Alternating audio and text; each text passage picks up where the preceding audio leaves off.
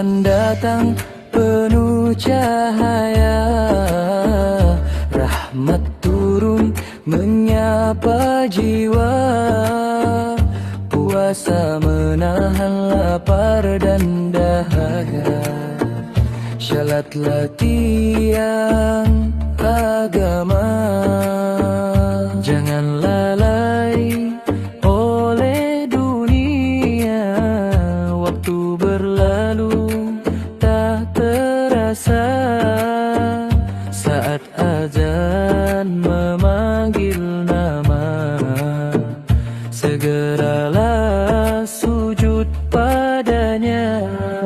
Jagalah syalat di bulan Ramadan, jangan tinggalkan walau sekejap. Subuh, zuhur, asar, maghrib, isya, jalan menuju ridhanya.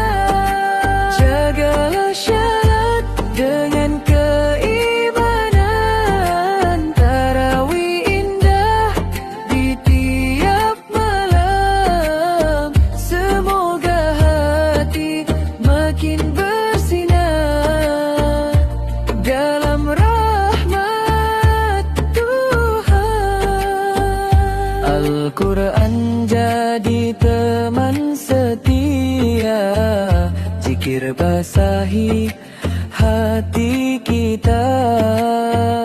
Ramadan bulan penuh ampunan, jangan sia-siakan.